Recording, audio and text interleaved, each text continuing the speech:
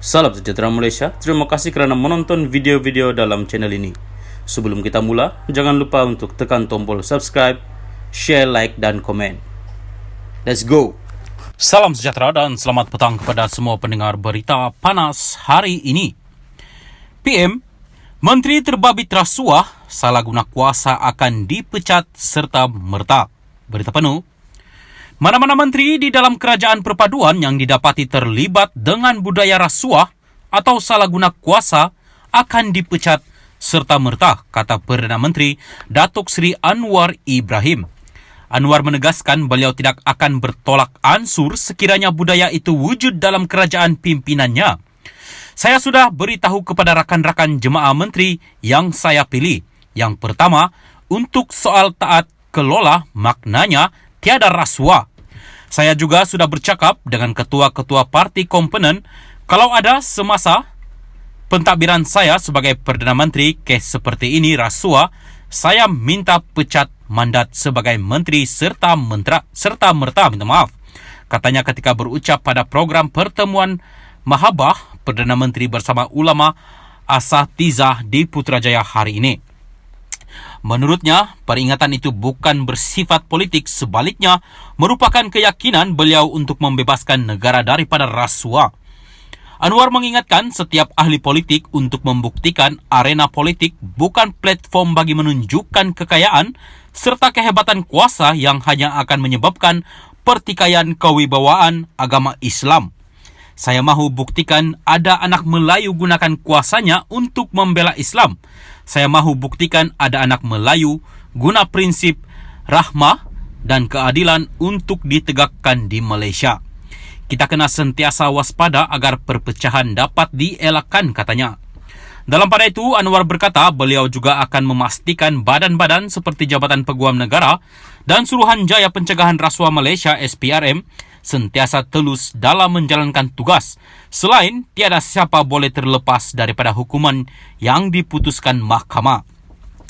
Perdana Menteri berkata beliau diberikan mandat mentadbir negara dalam keadaan hutang melebihi RM1 trilion ringgit yang memerlukan tata kelola yang baik. Saya diberi mandat dalam hutang yang lebih RM1 trilion daripada agensi yang diteliti di mana bocor dan tirisnya, dan ini bukan fitnah.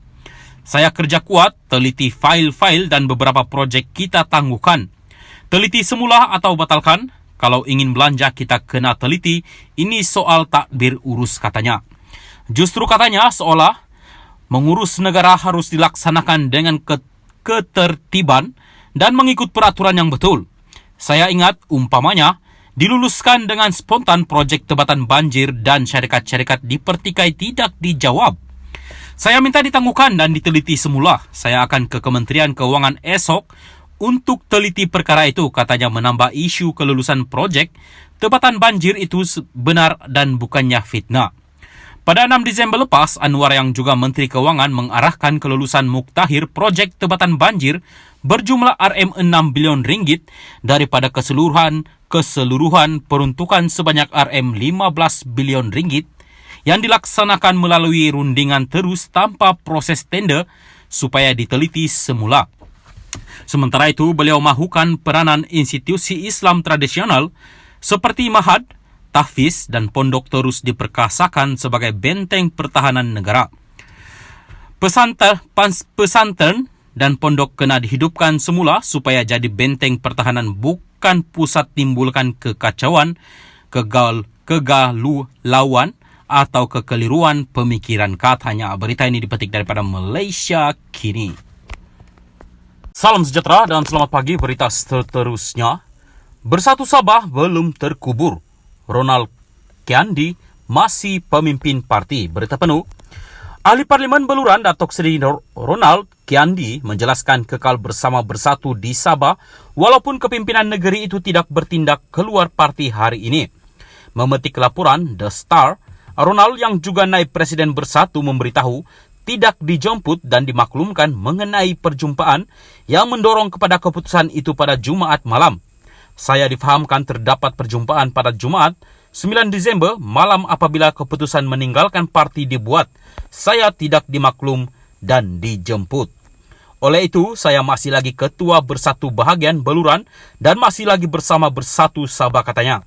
Pada Sabtu, Haji Ji yang juga Ketua Menteri mengumumkan beliau dan barisan kepimpinan Bersatu Sabah meninggalkan parti itu dan akan menubuhkan parti tempatan baru. Jelasnya, keputusan itu dibuat setelah mempertimbangkan keadaan landscape politik negara ketika ini terutama di Sabah. Selain itu, Haji Ji berkata, keputusan kepimpinan Bersatu Sabah untuk meninggalkan Bersatu adalah atas dasar bahwa ia tidak lagi boleh dipertahankan untuk kekal sebagai status quo. Ronald menambah, tindakan kepimpinan dan ketua pemimpin Bersatu Datuk Seri Haji Ji Noor itu tidak melumpuhkan parti tersebut di Sabah. Sebaliknya, kata beliau, Bersatu masih mampu mengekalkan sokongan akar umbi kerana tindakan pimpinan tidak mendapat restu daripada ahli. Dakwa beliau, beberapa ketua bahagian juga berbelah bahagi mengenai keputusan itu. Mereka, pimpinan, boleh menyatakan sebab mengenai keputusan itu, tetapi ahli parti mempunyai hak untuk membuat keputusan, katanya sambil menyatakan akan memperkasa semula Bersatu di Sabah. Kemelut Bersatu Sabah dan Ronald tercetus apabila beliau tidak dicalonkan sebagai calon GRS pada PRU 15 bagi kerusi Parlimen Beluran susulan kerjasama antara gabungan itu dengan Barisan Nasional. Ekoran itu, kerusi Parlimen Beluran diberikan kepada calon BN, Benedict Asmat, hingga memaksa Ronald bertanding atas tiket Perikatan Nasional PN. Namun, Ronald berjaya memenangi kerusi Parlimen itu dengan majoriti 1,594 undi. Berita ini disunting daripada, dipetik daripada Astro Awani.